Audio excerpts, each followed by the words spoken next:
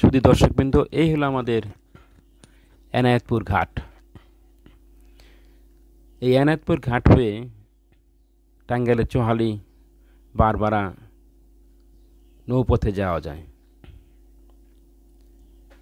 দেখতে চমৎকার নদীপথ এবং স্বাচ্ছন্দ্যে এখান থেকে মানুষ বিভিন্ন ব্যবসায়ীরা চলাচল করে। বিশেষ করে এনায়েতপুর হাট থেকে শুক্রবারের এনায়েতপুর গরুর হাট থেকে গরু কিনে পার হয়। আমরা দেখতে পাচ্ছি প্রচুর গরু। এগুলি আজকে শুক্রবার এই গরু নিয়ে যাচ্ছে চৌহালি এবং বারবারা এলাকায়, অর্থাৎ এখান থেকে গরু কিনে এরা গরু পেলে কোরবানি হাটের জন্য তৈরি করবে। এছাড়াও গরু ছাড়াও প্রচুর মানুষ চলাচল করছে বিভিন্ন ধরনের এই দ্রব্য সামগ্রী সাথে নিয়ে। এটাই বেড়িবাঁধের উঁচু জায়গা থেকে নিচে জায়গা যেতে হয়। মানুষজন চলাচল করছে, কেউ যাচ্ছে কেউ আসছে। এই বেড়িবাঁধের পাশে রয়েছে এনায়েতপুর। এই এনায়েতপুরের ঘাটের পাশে রয়েছে বেড়িবাঁধ, দেখার মতো। সারাদিনই মানুষ দেখার জন্য আসে যমুনা নদীর উপরে এই বেড়িবাঁধ। বিশেষ করে বিকালবেলা প্রচুর লোক জড়ো হয়, গরু নিয়ে যাচ্ছে নৌকায় তুলতে। এরা এনায়েতপুর হাট থেকে গরু কিনে এনেছে। যাই হোক, দেখার মতো স্থান, আপনারা সবাই দেখতে আসুন। হ্যাঁ, ও আচ্ছা।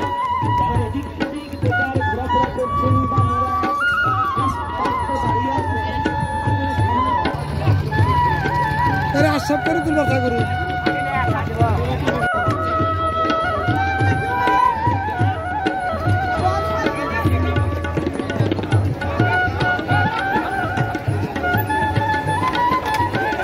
আপনার বাড়ি কোথায়?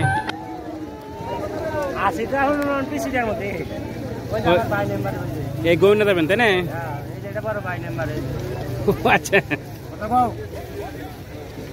এই যে গরু নিতে ভাড়া কত দিয়ে লাগে? 200 টাকা না? এটা কি রেট করা? প্রতি গরু 200 টাকা। কতক্ষণ লাগে যাইতে এখান থেকে? 1 ঘন্টা না? গরু পুরা দেয় না তখন? না, কি হাট বললেন? এনায়েতপুর হাট থেকে কিনে ওই যে গরু কিনে আপনি নিয়ে যাচ্ছেন তাই না? ওই যে গরু লেখা লিখেছে না? কি গরু দেয়? অনেকদিন খাই না তো মনে হয়। আর খাওয়া তারপর মানুষ করবে, আপনার নাম জানে কি? আমার নাম হল হারান। আপনার বাড়ি কোথায় তাহলে? আমার বাড়ি বারবেলা। বারবেলা বর্তমান রানিং কিন্তু পালি পাইলে আবার এইটা। আসসালামু আলাইকুম। সুখবর সুখবর সুখবর। মুক্তি এনায়েতপুর বেলকুচি হইতে ঢাকা মালিবাগ হায়দ্রাবাদ SI এন্টারপ্রাইজ নদীর পরে ঘাট বাজার সবই। ঢাকাগামী যাত্রী ভাই বোনদের জন্য